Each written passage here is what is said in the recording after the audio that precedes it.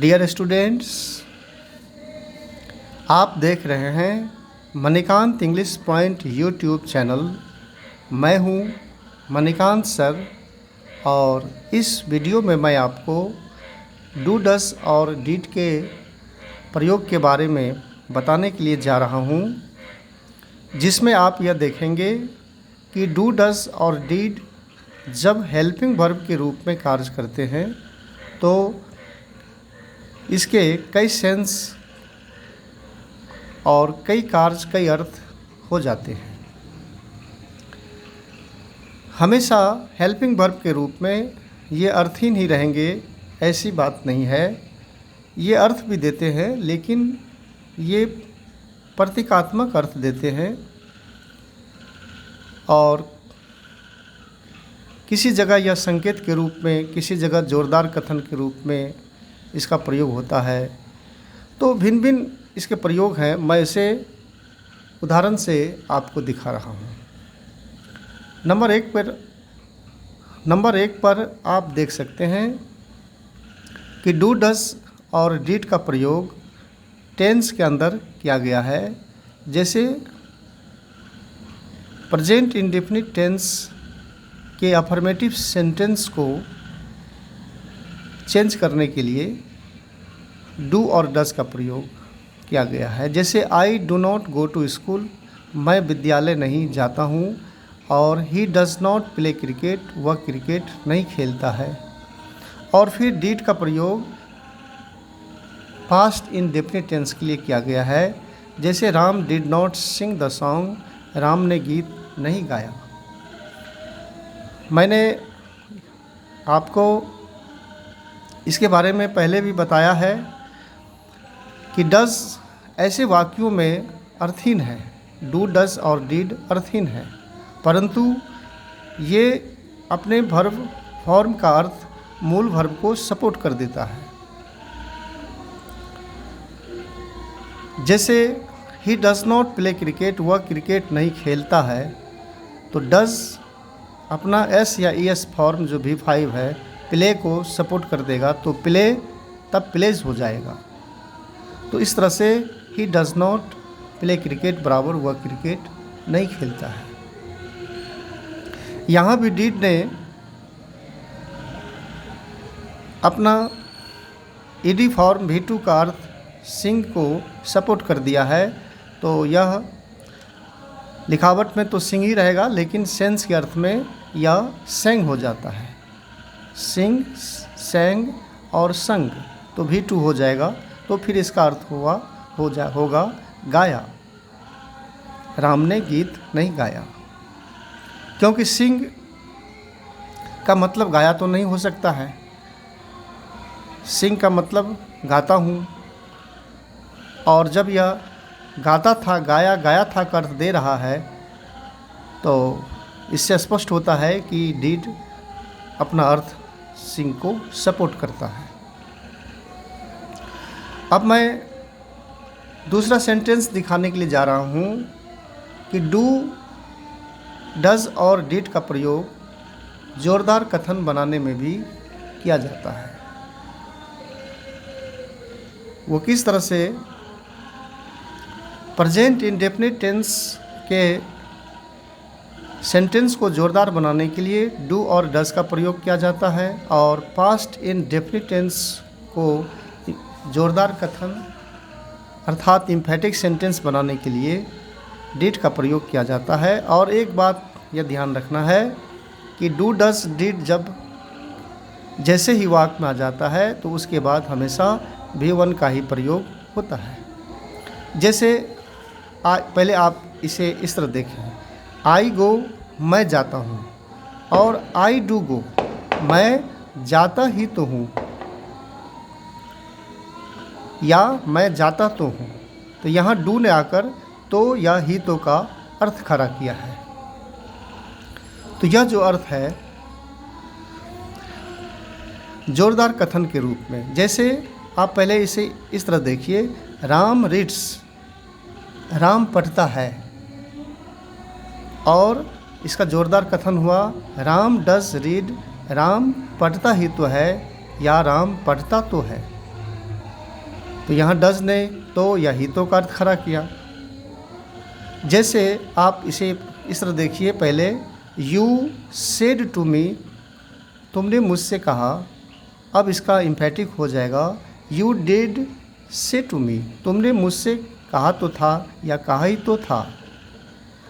तो यहाँ पर डू, डज और डीड अर्थपूर्ण हो जाता है, लेकिन यह प्रतीकात्मक अर्थ दे रहा है। तो इस तरह से डू, डज और डीड का प्रयोग जोरदार कथन बनाने में किया जाता है और यह अपना सेंस तो ही तो के अर्थ में रख रहा है। फिर आगे देखेंगे, आप इस वाक्य को देखें।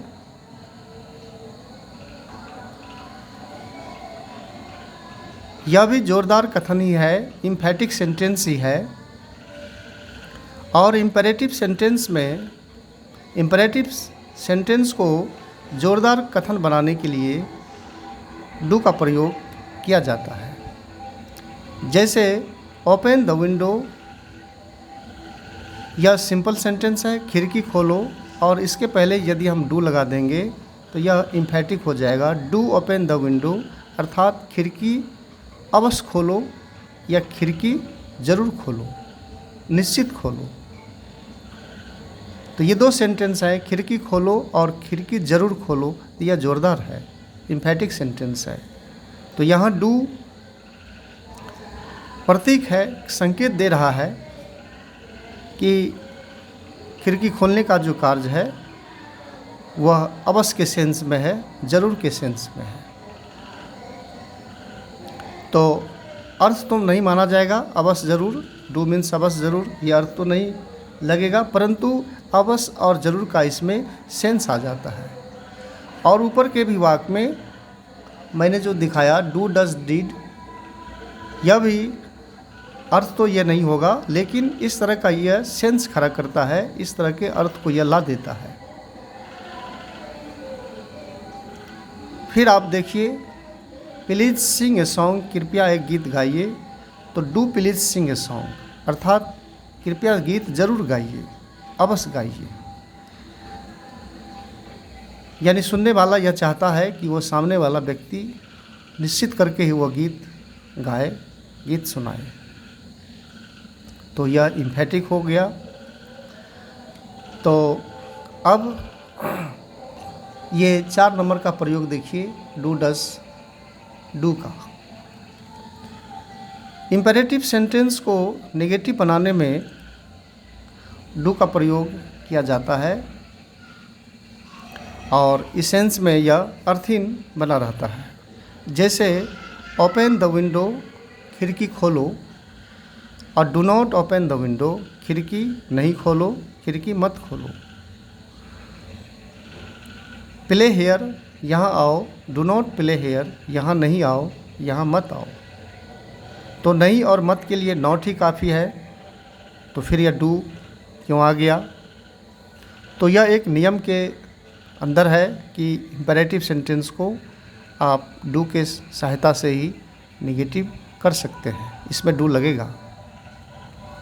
यद्यपि इम्पेरेटिव सेंटेंस के जो मनाही के वाक्य हैं उसमें नो भी लगता है, जैसे no smoking here, no parking here, तो नो से भी बनता है और यह डू में नॉट लगा करके भी बन जाता है।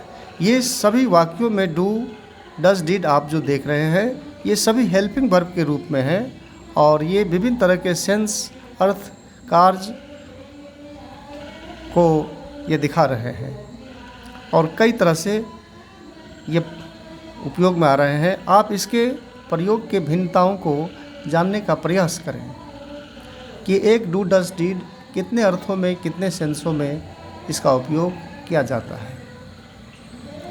अब नंबर 5 पर देखिए, प्रेजेंट और पास्ट इंडेफिनिट टेंस के अफर्मेटिव सेंटेंस को नेगेटिव, इंट्रोगेटिव, इंट्रोगेटिव, नेगेटिव बनाने में, जैसे ये प्रेजेंट इंडेफिनिट टेंस है, अफर्मेटिव है आई राइट ए लेटर, तो फिर इसका negative I do not write a letter, फिर interrogative do I write a letter, और फिर interrogative negative, do I not write a letter. मैं पत्र लिखता हूँ, मैं पत्र नहीं लिखता हूँ, क्या मैं पत्र लिखता हूँ और क्या मैं पत्र नहीं लिखता हूँ। और यह भी प्रेजेंट इंडेफिनिट टेंस के ही वाक्य हैं। फ़र्क यह है कि इससे पहले डू की सहायता से सेंटेंस नेगेटिव इंट्रोगेटिव हुआ था और यह डज की सहायता से हो रहा है। जैसे Ram sings a song, Ram एक गीत गाता है, नेगेटिव हुआ। Ram does not sing a song, Ram गीत नहीं गाता है। इंट्रोगेटिव है, does Ram sing a song, क्या राम गीत गाता है या एक गीत गाता है।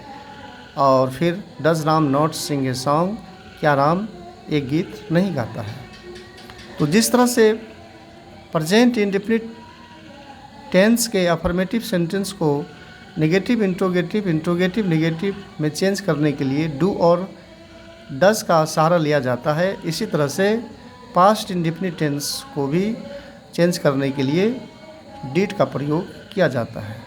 आप उदाहरण में देख सकते हैं, जैसे राम वेंट होम, राम घर गया। नेगेटिव है, Ram did not go home, Ram घर नहीं गया। डिड राम गो होम, क्या राम घर गया। और फिर interrogative negative, did Ram not go home, क्या राम घर नहीं गया। और भी कई अर्थ हैं। इन सभी वाक्यों में do does did helping verb के ही रूप में है। तो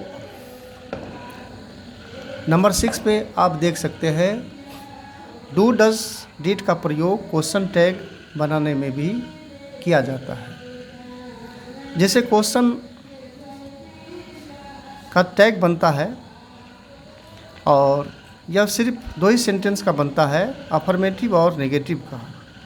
इंट्रोगेटिव और इंट्रोगेटिव नेगेटिव सेंटेंस का टैग नहीं बनता है। जैसे अफर्मेटिव सेंटेंस है, राम गोज़ होम, राम घर जाता है, तो फिर इसका टैग हुआ डजंट ही, यानी जाता है ना। और इस दोनों वाक्य को जोड़ देंगे तो बराबर हो जाएगा राम घर जाता है ना। तो राम घर जाता है ना का अनुवाद हुआ राम गोज़ होम डजंट ही या डज नॉट ही। और निगेटिव देख सकते हैं, Ram does not go, Ram नहीं जाता है। और डज ही, नहीं जाता है ना या है ना। और इस दोनों हिंदी के वाक्यों को यदि जोड़ देंगे तो यह बन जाएगा राम नहीं जाता है ना। तो फिर राम नहीं जाता है ना का अनुवाद हो जाएगा Ram does not go does he. तो इस तरह से डू, डज और डिड का प्रयोग क्वेश्चन टैग में किया जाता है। और ये तो डज पर आधारित थे और यहाँ जो सेंटेंस है यह डू पर आधारित है। You play cricket, don't you affirmative है। और you do not play cricket, do you. एक बात इसमें यह ध्यान रखना है कि जब यह सेंटेंस, क्वेश्चन का सेंटेंस यदि अफर्मेटिव होता है तो टैग इसका नेगेटिव हो जाता है, और यदि क्वेश्चन का सेंटेंस यदि नेगेटिव हो तो टैग फिर इसका अफर्मेटिव हो जाता है। तो इसी तरह से ये डू पर आधारित हैं। और यह जो आप देख रहे हैं यह डिड पर आधारित है। सी रोट ए लेटर, उसने एक पत्र लिखा। डिडंट सी, लिखा ना, अर्थात उसने पत्र लिखा ना। She did not write a letter, उसने पत्र नहीं लिखा। डिड सी, अर्थात उसने पत्र नहीं लिखा, नहीं लिखा ना। तो इस तरह से। और फिर आगे आप देख सकते हैं कि डू डज और डिड का प्रयोग संक्षिप्त उत्तर देने में किया जाता है। Do does did full verb के अर्थ में प्रयोग हो जाता है, अर्थात फुल वर्ब के स्थान पर। कहने का मतलब है कि क्लोज्ड क्वेश्चन का आप 4 तरह से उत्तर दे सकते हैं। जैसे प्रश्न यह पूछा गया, डू यू प्ले क्रिकेट, क्या आप क्रिकेट खेलते हैं? तो फिर इसका दो उत्तर होगा, या तो क्रिकेट खेलते हैं या नहीं खेलते हैं। अगर खेलते हैं तो फिर अफर्मेटिव उत्तर होगा, अफर्मेटिव सेंस में, और नहीं खेलते हैं तो फिर नेगेटिव उत्तर होगा। तो पहले हम अफर्मेटिव को देख लेते हैं। जैसे डू यू प्ले क्रिकेट, क्या तुम क्रिकेट खेलते हो? तो पहला उत्तर हम इस तरह से भी दे सकते हैं, यस। दूसरा उत्तर, यस आई प्ले। और तीसरा उत्तर इस तरह से भी दे सकते हैं, यस आई प्ले क्रिकेट। ये तो कंप्लीट सेंटेंस ही हो गया। और इन तीनों तरह से अगर आप नहीं देना चाहते हो तो फिर आप यहाँ दे सकते हैं, यस आई डू। ये डू प्रतीक हो गया प्ले का, कि हाँ मैं खेलता हूँ। दूसरा, यदि उत्तर नेगेटिव है तो आप उत्तर दे सकते हैं नो, या no I do not play, नहीं मैं नहीं खेलता हूँ, या no I don't play cricket, नहीं मैं क्रिकेट नहीं खेलता हूँ। ये तो पूरा उत्तर ही हो गया। और इन तीन तरह से यदि आप उत्तर नहीं देना चाहते हो तो फिर आप इस तरह से दें, आई डू नॉट या आई डोंट। तो ये डोंट का अर्थ हो गया डोंट प्ले, अर्थात मैं नहीं खेलता हूँ। फिर आप नेक्स्ट उदाहरण में देख सकते हैं, डिड राम हेल्प यू, क्या राम ने तुम्हारी मदद की? अगर मदद किया है तो अफर्मेटिव आंसर होगा, यस हाँ। यानी तो इस तरह से हम कह सकते हैं, यस राम हेल्प्ड, या यस राम हेल्प्ड मी। या नहीं तो फिर इन तीन तरह से यदि आप नहीं कहना चाहते हो तो फिर इस तरह से कहिए, यस राम डिड। तो ये डिड फुल वर्ब के रूप स्थान पर आया है, इसका ये प्रतिनिधित्व कर रहा है। डिड का मतलब हो गया हेल्प्ड, राम हेल्प, राम ने मदद किया। तो अगर उत्तर नहीं है तो फिर नो देंगे, या नहीं तो नो राम डिड नॉट, या no Ram did not help, Ram ने मदद नहीं किया, या no Ram did not help me. Complete sentence में भी उत्तर दे सकते हैं, या नहीं तो संक्षिप्त रूप में नो राम डिड नॉट या राम डिडंट, अर्थात डिड नॉट हेल्प मी, राम ने मेरी मदद नहीं की। तो डू, डज और डिड का प्रयोग फुल वर्ब के स्थान पर संक्षिप्त उत्तर देने के काम में भी आता है। और ऐसा नहीं है कि डू, डज, डिड के ही साथ इस तरह की बातें नहीं है। इस सेंस में लिखा हुआ है, क्लोज्ड क्वेश्चन के अंदर हम इस तरह से उत्तर किसी भी हेल्पिंग वर्ब से दे सकते हैं। जैसे किसी ने पूछा will you write the letter, तो हम ऐसे भी दे सकते हैं उत्तर, यस या यस आई शैल राइट, या yes I shall write the letter, या नहीं तो यस आई शैल। ये शैल लगा करके ही छोड़ देंगे तो यह प्रतिनिधित्व करेगा शैल राइट द लेटर का। और एक बात इसमें यह भी ध्यान रखनी है कि जहाँ भी वाक्य में यस या नो हम लिखेंगे, जैसे ये नो लिखा गया है, नो फिर यस, तो यस और नो के बाद लिखा हुआ है, वाक्य में यस या नो के बाद हमेशा कोमा का प्रयोग करें। तो यहाँ जो कोमा दिया गया है यस नो के बाद, आप इसका प्रयोग करें। और इस तरह से नंबर 7 पे आप देख सकते हैं कि वाक्य में फुल वर्ब के स्थान पर भी डू, डज, डिड का प्रयोग हो जाता है। वो किस तरह से, देखिए उदाहरण, तुम हल्ला करते हो इसलिए तुम्हारा भाई भी हल्ला करता है। तो इसका जो समान अनुवाद है हम लोग इस तरह से बनाते हैं, you make a noise so your brother also makes a noise, या you make a noise so your brother makes a noise too. अगर ये हम नहीं लिखना चाहते हो योर ब्रदर से, तो फिर हम इस तरह से लिखेंगे, you make a noise so does your brother. ये डज प्रतीक हो गया मेक्स ए नॉइज का। तो ये फुल वर्ब का प्रतिनिधित्व कर देता है। इन सभी वाक्यों में ये हेल्पिंग वर्ब के सेंस में ही है। और हेल्पिंग वर्ब हमेशा अर्थहीन ही नहीं होते हैं, बल्कि कई अर्थों को, भिन्नताओं को साथ लेकर के चलते हैं, तो इसके कई प्रयोग हो जाते हैं। अब आप यहाँ देख सकते हैं वाक्य में आए डू डज डीड के प्रयोग के भिन्नता को जाने। एक ही वाक्य में 2 बार आया है।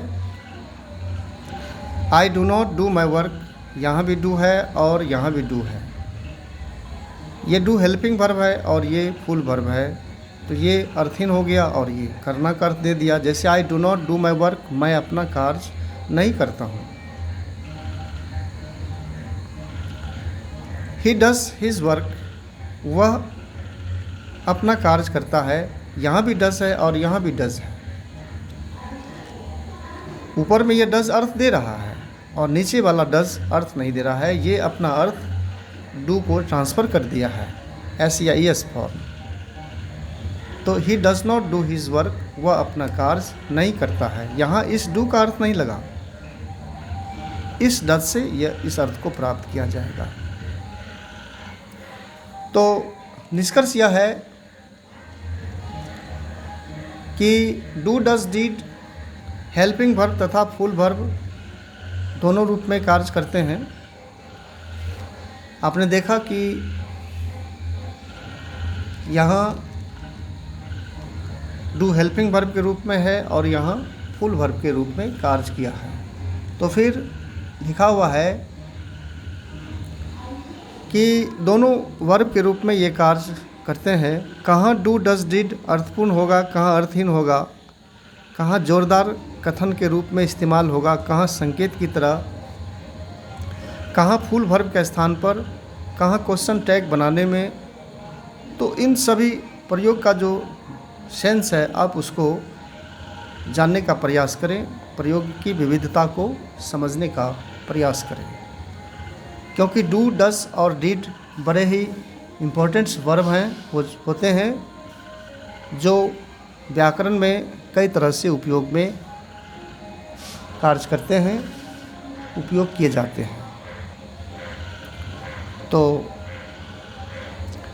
इन्हीं शब्दों के साथ यह वीडियो यहीं समाप्त होता है और नेक्स्ट वीडियो में मैं फिर नई जानकारी के साथ उपस्थित होऊंगा।